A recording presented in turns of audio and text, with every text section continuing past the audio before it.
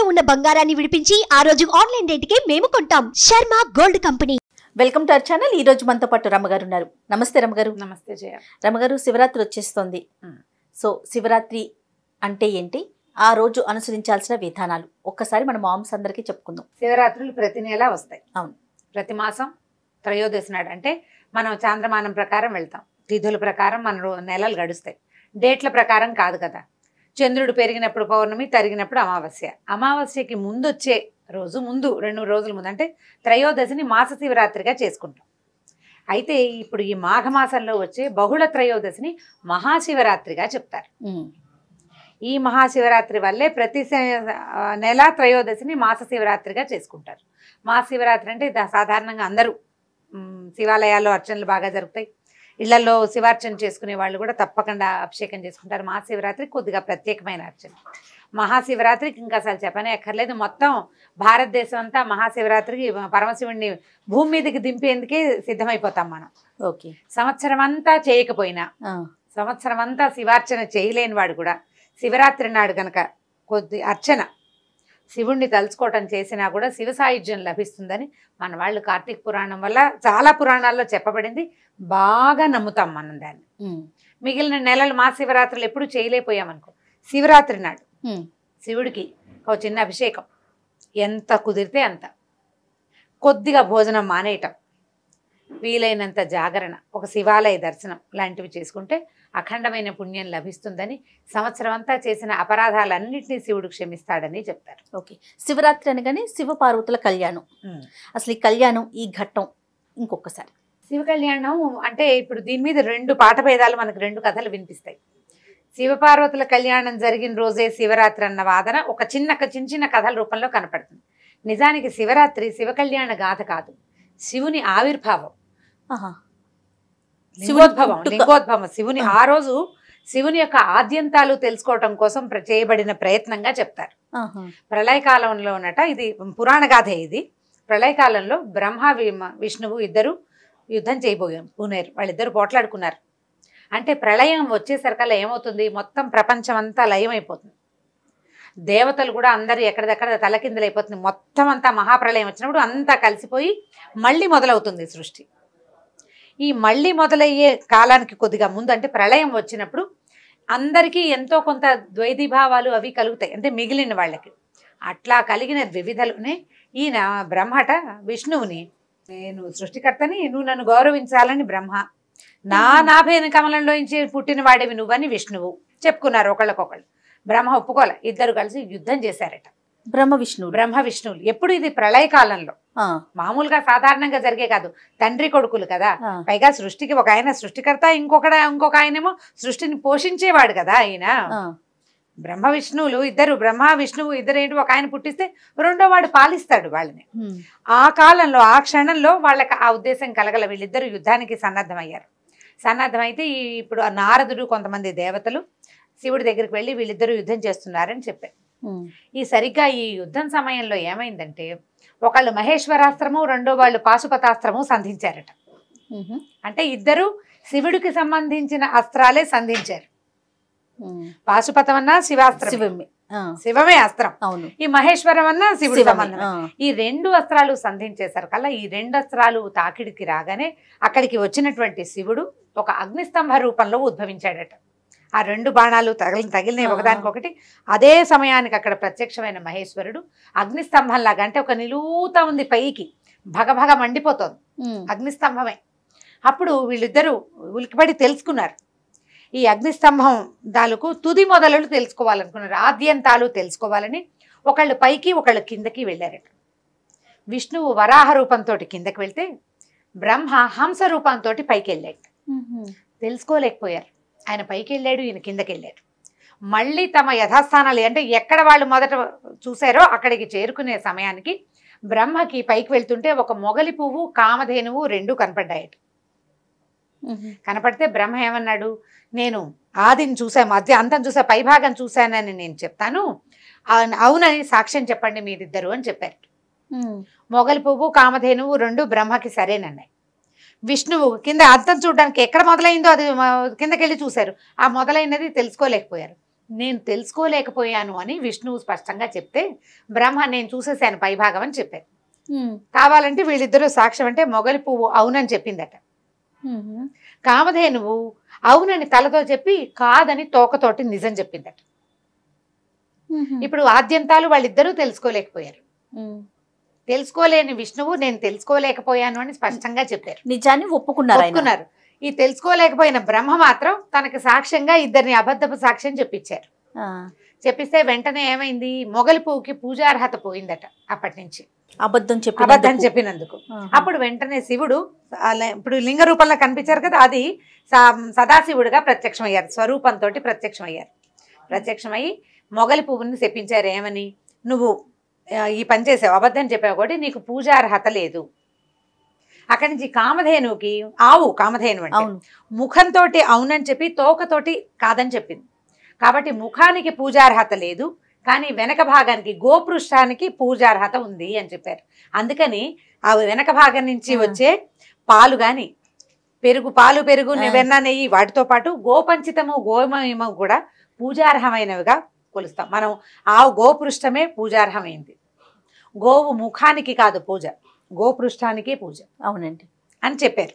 అయితే ఈ బ్రహ్మ నిజం చెప్పినందుకు విష్ణువుకి శాశ్వతంగా పరమేశ్వరుడితో పాటు ఎల్లప్పుడూ ప్రపంచమంతా పూజించబడే అవకాశం ఇచ్చారు.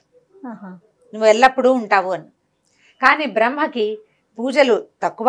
ఆ తర్వాత 5 ముఖాలు ఉన్నాయి. అప్పటికి 5 ముఖాలు ఉంటే భైరవుణ్ణి సృష్టించారని, ఒక ముఖాన్ని ఖండించారని, ఆ ఏ ముఖంతో అయితే బ్రహ్మ నేను చూశానని చెప్పారో ఆ 5వ ముఖాన్ని తుంచేశారని ఒక కథనం. ఈ 5వ ముఖాన్ని తుంచేయటం కొన్ని చోట్ల చెప్పబడుతుంది, కొన్ని చోట్ల చెప్పబడదు. కానీ బ్రహ్మ అబద్ధం చెప్పడం వల్ల ఆయనకి దేవాలయాలు పూజలు లేవు. సృష్టికర్త ఆయనే అయినప్పటికీ ఆయనకంటే మిగిలిన వాళ్ళిద్దరికీ పూర్తి స్థాయి కొలుపులు. అవునండి. పుట్టించిన వాడిని పక్కన పెట్టి మనని పెంచినవాడు మనని కలిపేసుకునేవాడు వాళ్ళిద్దరినీ పూజిస్తాం. ఆయన నిజం చెప్పలేదు. ఆ ప్రళయకాలం వల్ల ఆయనకు అలాంటి దిగ్భ్రాంతి కలిగి ఉండొచ్చు అని చెప్తారు. ఆయన ఒకటి యుద్ధానికి వచ్చారు మొదటిది, తర్వాత రెండోది ఒక అసత్యం ఆడారు. తనతో పాటు ఇంకో ఇద్దరిని తన కథలో కలుపుకున్నారు. అది ప్రళయ కాలంలో వ్యక్తులకి కలిగే దిగ్భ్రాంతి, ఒక చేయకూడని పనులు చేసే ఒక లక్షణం కలిగి ఉండటం అనేది ఆ సమయంలో కలిగింది. కాబట్టి బ్రహ్మాన్ని అది లోన్ చేసుకుందని ఆ ప్రళయానికి ఆయన లొంగిపోయారని చెప్తారు. ఇప్పుడు ఎప్పుడైతే ఈ అగ్నిస్తంభం ఏ రోజు ఎప్పుడైతే ఉద్భవించిందో అదే పరమశివరాత్రిగా మహాశివరాత్రిగా మనం చేసుకుంటాం. ఈ అగ్నిస్తంభంగా ఉద్భవించిన ఆ ప్రదేశమే అరుణాచలం, అగ్నిక్షేత్రం అంటారు. అక్కడ అగ్నిలింగం ఉందని చెప్తారు. అరుణాచలేశ్వరుణ్ణి అగ్నిలింగంగా భావిస్తారు. మనకి పంచభూత లింగాలు ఉన్నాయి కదా, అగ్నిలింగం అన్నమాట అరుణాచలంలో ఉన్నది. అది అరుణాచల క్షేత్రంలోనే ఈ అగ్నిస్తంభ ఉద్భవం జరిగిందని చెప్తారు. ప్రతి శివరాత్రికి మనం ఇదే కథ కొంచెం చిన్న పాట భేదాలతోటి వింటాం. అందుకని ఈ శివరాత్రి నాడు పగలు చేసే పూజ కంటే లింగోద్భవ కాలంలో చేసే పూజ, రాత్రి వేళ చేసే పూజ చాలా అత్యద్భుతమైన పరమాత్మకమైన పూజ. రకరకాలుగా అర్చించవచ్చు శివుణ్ణి, చాతొచ్చినట్టు కుదిరినట్టు. మామూలుగా మనకు చెప్తారు అలంకార ప్రియో విష్ణు అభిషేక ప్రియ శివ అని చెప్తారు. విష్ణువుకి ఎన్ని పువ్వులు పెట్టినా పెట్టించుకుంటాడు ఆయన. మన శివుడికి ఏమక్కర్లా, చెంబెడు నీళ్లు హరహర అని ఆ చెంబు నీళ్లు 3 ఉద్ధరణల నీళ్లు కూడా చాలు. నీ శక్తి, నీ ఓపిక, నీకు చేతనైనంత నువ్వు పోస్తే చెంబెడు నీళ్లు, నువ్వు పాలే పోయిక్కర్లా, పంచామృతాలే చేయక్కర్లా, బంగారు లింగం అక్కర్లేదు. సైకత లింగం, మట్టి మృత్లింగం, మట్టితోటి చిన్న అడుసుతోటి చేయబడిన చిన్న లింగానికి నువ్వు 3 ఉద్ధరణల నీళ్లు పోసినా పరమశివుడు స్వీకరిస్తాడు దాన్ని. అంత అల్ప సంతోషి ఆయన. తన యొక్క జ్ఞప్తిని నీ మనసులో ఉందా లేదా అనేదే చూస్తాడు. మనం శివుణ్ణి తెలుసుకున్నామా లేదా అని, ఎంత బాగా తెలుసుకున్నామా అనేది కాదు, అసలు మనకి తెలియాలి. ఆ తెలియడానికి ఇంతప్పటి నుంచి, ఇంత చిన్న లింగం నుంచి పెద్ద లింగాల వరకు నువ్వు పెద్దగా చేయగలవు. 12 అర్చనలు చేయగలుగుతావు. 11 రుద్రాలు చేస్తారు. ఏకాదశ రుద్రాభిషేకం చేస్తారు. సహస్రలింగార్చన చేస్తారు. ఏకాదశ రుద్రం అంటే 11 రుద్రాలతోటి ఒక లింగానికి లింగ రూపం ఒకరే ఉన్నా కూడా 11 సార్లు ఆ 11 ఆవృత్తాలతో ఆ రుద్రాభిషేకం చేయటం ఒకటి. సహస్రలింగార్చన అంటే ఏం చేస్తారంటే మట్టితోటి, పుట్టమన్నుతోటి 1000 లింగాల్ని తయారు చేస్తారు. వాటికి అర్చన చేస్తారు. 1000 లింగాల్ని అర్చించడం ఒక విధానం. పొద్దు నుంచి ఇవాళ మధ్యాహ్నం మొదలు పెడితే ఇంచుమించు అర్ధరాత్రి దాకా సరిపోతుంది. అది ఈ ఏకాదశ రుద్రాభిషేకం కూడా చాలా సమయం తీసుకుంటుంది. ఏకరుద్రం చేయగలిగిన వాళ్ళు ఏకరుద్రం. నేనే రుద్రము చేయలేను నాయన, నేను ఇదే చేయగలనని నువ్వు ఒక చెంబెడు రాగి చెంబుతో చెంబెడు నీళ్ళు తీసుకెళ్ళి శివాలయంలో, ఈ బయట శివలింగాలు కూడా కనిపిస్తాయి, శివాలయంలో చేయగలిగావా సరే. ప్రతిష్ట లేని చోట కూడా శివలింగార్చన చేసుకోవచ్చు. రావణాసురుడు లాంటి వాళ్ళ దగ్గర నుంచి ప్రతి వాళ్ళని, శివభక్తులు, రాక్షసుల దగ్గర నుంచి మానవుల వరకు, జంతువులని కూడా, బోయే వాళ్ళని, ఏ అక్షరముఖ రాని వాళ్ళని కూడా ప్రతి వాళ్ళని ఆయన తన వాళ్ళనిగా చేసుకున్నాడు శివుడు. ఈ శివరాత్రి ప్రత్యేకత ఏంటంటే మనకి ఏం రావక్కర్లా, ఫలానా మంత్రం రావాలి, ఫలానాది రావాలి, ఆ బాధ ఏం లేదు. ఏకాదశి రుద్రం చేసేవాళ్ళు చేసుకుంటారు. ఏమీ చేయం, శివ నో నమ శివాయ అని 3 ఉద్ధరణ నీళ్ళే, అది కూడా నీకు రాదు, హరహర అను 3 వేయి, శివ శివ అను 3 సార్లు పోయి చాలు. ఎంత చిన్న అర్చన అయినా ఈ రోజున అత్యద్భుతమైన ఫలితాన్ని ఇస్తుంది. నాకు అనిపిస్తుంటుంది రమ్మగారు, శివుడు ఓం నమ శివాయ అని భక్తితో పిలిస్తే చాలు, అది మంచి వాళ్ళ, మనుషుల, రాక్షసుల, దేవుళ్ళ అని చూడకుండా ఎందుకు అలా వరాలు ఇచ్చేస్తారు రమ్మగారు? ఎందుకంటే పురాణాలను విన్నప్పుడల్లా ప్రతి చోట ప్రతి రాక్షసుడికి కూడా శివుడే వరాలు. అవును, వాళ్ళు పోనీ వాటిని సద్వినియోగం చేస్తారా అంటే అన్నిటినీ నిరుపయోగం చేయటమే. అదే అప్పుడు ఎలా అంటే భగవంతుడికి మనం చాలా రూపాలు తెలుసుకుంటాం, అంతే కదా. ఇప్పుడు ఒక అమ్మ కఠినంగా గట్టిగా ఉండే అమ్మ ఉంటుంది, అవును. ఒక అమ్మ అన్నిటికీ ఒప్పుకునే అమ్మ ఉంటుంది. ఎందుకు చేస్తుంది అంటే మనకు తెలుసా సమాధానం? అమ్మ అంతే. ఈ శివుడు కూడా అంతే. ఈయన బోళా శంకరుడు అంటారు, పిలిస్తే పలుకుతాడు, తలుచుకుంటే చాలు ఆయనకు నచ్చుతుంది, అదే సరిపోతుంది. అంతేగాని ఇప్పుడు నువ్వు బాగా పూజ చెయ్యి, ఈ పూజలో ఈ లోపం చేసావు కాబట్టి నేను మీ ఇంటికి రాను అలాంటివి ఏమండు. పిలిచాడు అదే చాలని వెళ్ళిపోతాడు. ఇప్పుడు చూడండి, మనం ఈయన చాలా ఏమంటారు సింపుల్గా ఉంటాడు శివుడు, అంతే కదా. ఇప్పుడు నారాయణమూర్తి, మనం వెంకటేశ్వర స్వామిని చూస్తే ఆయన నిలువుత రోజు నగలు మార్చుకుంటాడు, రోజు బట్టలు మార్చుకుంటాడు, రోజు అలంకారం మార్చుకుంటాడు. కర్పూరం తగ్గితే కుదరదు, ఇన్ని తులాల కర్పూరం కావాలి, ఇంత కస్తూరి కావాలి, అన్ని నియమమే. ఇందులో నువ్వు ఏదైనా చేసావా నీ అంతు చూస్తాడు.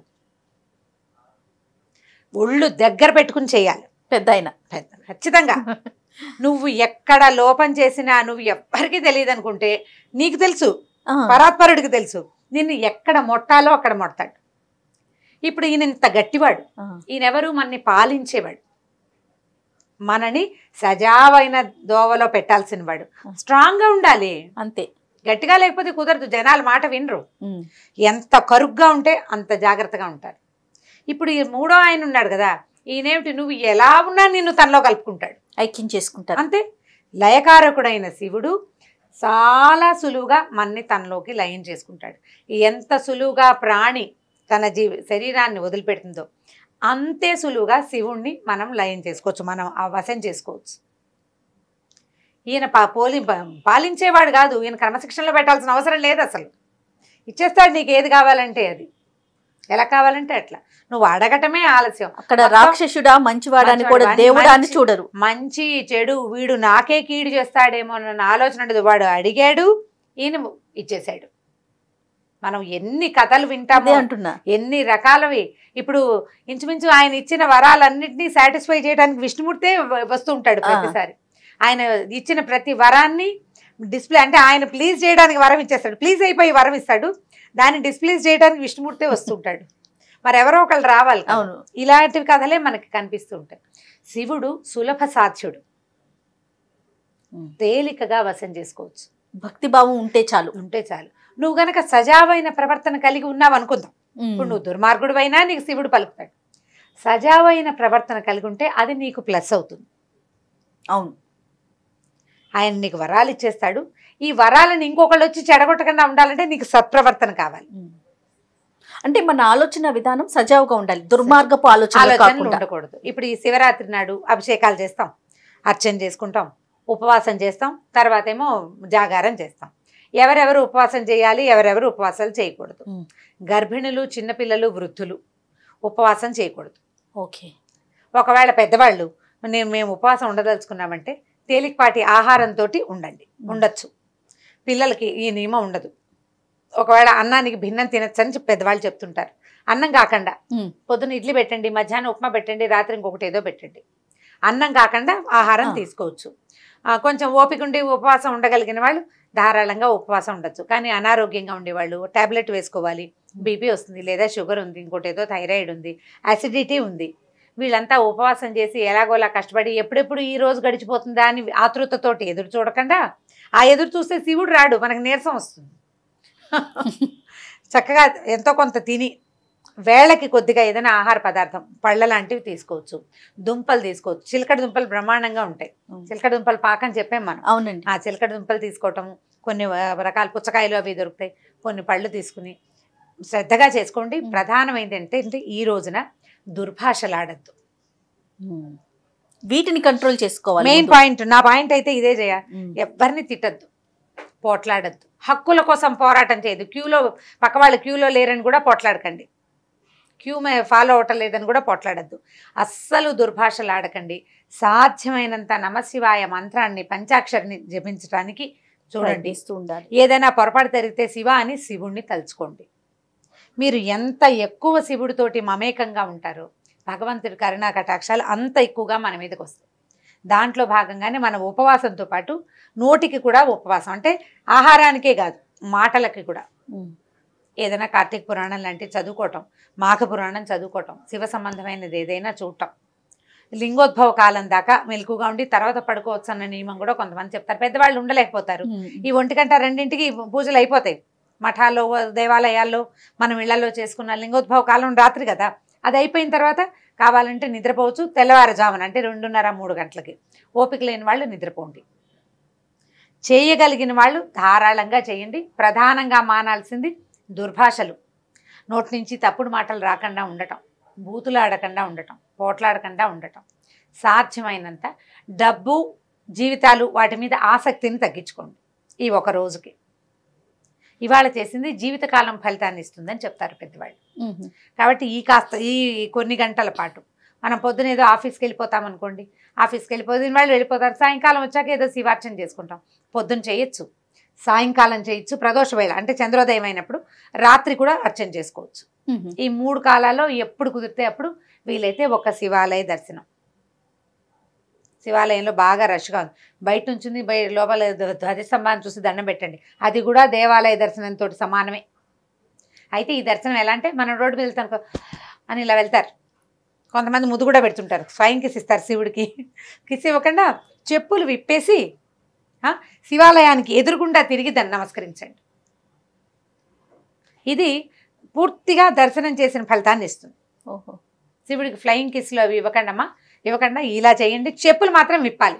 బండి మీద ఉన్నాం, బండి ఆపుకోండి, కార్ బయట, ఈ గుడి బయట ఓ పక్కన పెట్టండి, గుడి ఎదురుకుండా రండి, చాలా రష్ ఉంది, మీకు టైం లేదు. చక్కగా ధారాళంగా మనస్ఫూర్తిగా నాయన ఇక్కడి నుంచే దండం పెట్టినా దీన్ని స్వీకరించమని ఒక దండం పెట్టుకోండి. ఆ రోజుకి అది చాలు. వీలైతే శివాలయంలో దీపారాధన చేసుకోవటం, సాయంకాలం వేళ దీపం పెట్టుకోవటం, ఇక మీరు ఏం చేసినా ప్లస్లే అవన్నీ. సరే, ఆరోగ్యవంతులైతే ఎలాంటి నియమాలు పాటించాల్సి ఉంటుంది అంటారు రమ్మగారు? అంటే పూర్తిగా రాత్రంతా జాగారం చేసి మళ్ళీ మరుసటి రోజు ఏంటి? మరుసటి రోజు ఇక పడుకోకూడదు, పగలంతా కూడా నిద్రపోకూడదు. పగలు నిద్రపోతే జాగారం చేసిన ఫలితం ఉండదు. అవును అంటారు. పగలు నిద్రపోకూడదు. ఆరోగ్యవంతులైతే కొంచెం వీలైనంత ద్రవ పదార్థాల మీద ఉండండి ఆ పగలంతా కూడా. పగలు మరుసటి రోజు, ఈ రోజు శివరాత్రి రోజు, శివరాత్రి మర్నాడు పొద్దున భోజనం చేసేయచ్చు, భోజనానికి ఇబ్బంది ఏం లేదు. కానీ మీరు హెవీగా తింటే నిద్ర వస్తుంది. శివరాత్రి నాడు తేలికపాటి ఆహారం, ఏదైనా పొద్దున ఉప్మా చేసుకుని తిని రాత్రికి ఏమి తినకుండా ఉండేది ఒకటి. మా ఒరిస్సా తోడుకోడలో కావడం, మా తోడుకోడలు ఒరియా అమ్మాయి, తనైతే నీళ్ళల్లో వాళ్ళు తేనెను నెయ్యి కలుపుకుని తీసుకుంటారు, నీరసం రాదన్నట. అక్కడంతా అలాగే తీసుకుంటారని చెప్తుంది. పంచామృతాలు, స్వామివారికి అభిషేకం చేసిన పంచామృతాలు తీసుకోవచ్చు, కొబ్బరి నీళ్ళు లాంటివి తీసుకోవచ్చు.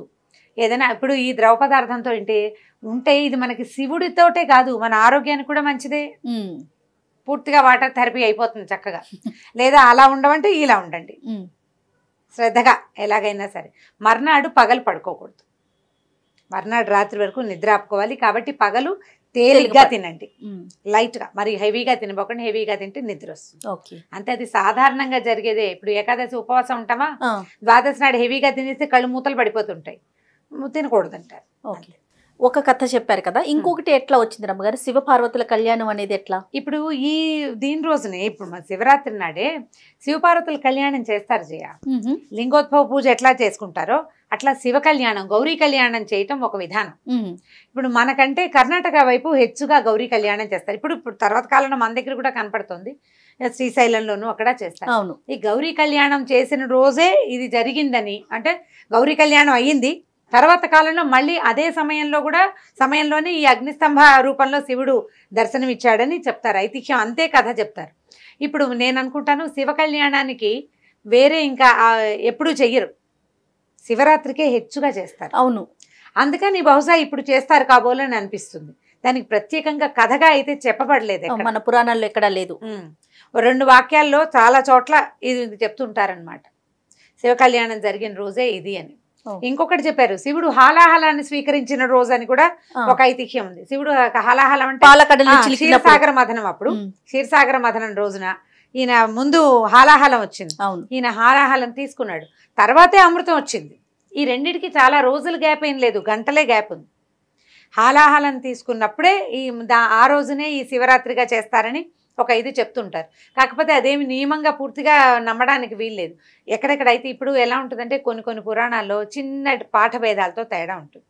మనం కార్తీక పురాణం ఫాలో అవుతాం. కార్తీక పురాణంలో చెప్పబడినదైతే అగ్నిస్తంభ దర్శనమే చెప్తారు, లింగోద్భవమే. ఆయన పూర్తిగా సాకారంగా లింగ రూపంలోనే అట్లా అగ్నిలింగంతో లాగా కనిపించాకే శివుడు అంటే మన పురాణాల ప్రకారం ఏంటంటే వీళ్ళు 3 రూపాలు కదా, బ్రహ్మ విష్ణు మహేశ్వరులు.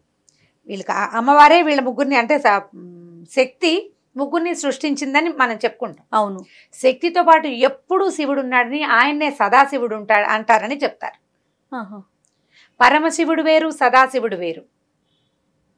శక్తితో కలిసి ఉంటాడు శివుడు, ఆయన సదాశివుడు. మన శరీరం లోపల కూడా చక్రాల్లో ఒక చోట అమ్మవారితో కలిసి సదాశివుడు ఉంటాడని చెప్తారు. అవును. ఇప్పుడు అమ్మవారితో కలిసి ఉండే సదాశివుడు వేరు, అమ్మవారి చేత సృష్టించబడిన త్రిమూర్తులు వేరు. పరమశివుడు సదాశివుడిలో చిన్న తేడాలు ఉన్నాయి. ఇప్పుడు శక్తి అంటే పార్వతీమాతే కదా రమ్మగారు? అదే ఇప్పుడు చెప్తారు. ఆ తర్వాత మళ్ళీ వీళ్ళలో నుంచి 3 శక్తుల్ని ఉద్భవింపజేశారు, సరస్వతి, లక్ష్మి, పార్వతి, వాళ్ళు ముగ్గురు. ఈ త్రిమూర్తులకి 3 అంశాలుగా అమ్మవారి అంశే 3 రూపాలుగా వచ్చినాయి. వీళ్ళ ముగ్గురికి జోడీగా 3 రూపాలని సృష్టించబడ్డాయి వాళ్ళు ముగ్గురు. ఈ మొత్తం 6 రూపాలకి మనం కొలిచే ఈ 6 శక్తులకి ఆది రూపం అమ్మవారు, అది ప్రకృతి శక్తి. ఇప్పుడు ఇది ఎలా ఉంటుందంటే మనం దాంట్లో నుంచి ఇది వచ్చిందా, దీంట్లో నుంచి ఇది వెళ్ళిందా అనేది మనకు ఒక కన్ఫ్యూజన్ ఉంటూనే ఉంటుంది. బాగా పెద్దవాళ్ళు ఎవరైనా చెప్తే ఇది ఇంకా కొంచెం వివరంగా అర్థమవుతుంది. మొత్తం శక్తి అంతా ఒక ఏకరూపం అని, ఆద్య శక్తిని, ఆవిడ అది స్త్రీ రూపం అని, లలితాంబిక అని చెప్తారు. అక్కడి నుంచి ఏర్పడిన 3 రూపాలు త్రిమూర్తులు, వారికి జోడీగా ఏర్పడిన త్రిశక్తులు అమ్మవార్లు. ఈ 6 రూపాల ఏకరూపమే లలితాదేవి. ఇప్పుడు లలిత వేరు, పార్వతి వేరు అనే డిఫరెన్స్ ఉంది కదా. పరమేశ్వర పత్ని పార్వతి, లలితని పరమేశ్వర పత్నిగా చెప్పరు, లలిత ఆద్య శక్తి. ఇప్పుడు ఆవిడతో పాటు కూడా శివుడు ఉంటాడు, ఆవిడ పరమశివ పర్యంక నిలయ అని చెప్తారు. అమ్మవారు శివుడి మీద కూర్చుని ఉన్న అమ్మవారి పిక్చర్లు మనం చూస్తాం, స్తోత్రాల్లో కూడా అలాగే ఉంటుంది. పరమశివ పర్యంక నిలయ అంటే పరమశివుడే పర్యంకంగా, అంటే ఆవిడ కూర్చోటానికి మంచంగా ఉన్నాడు.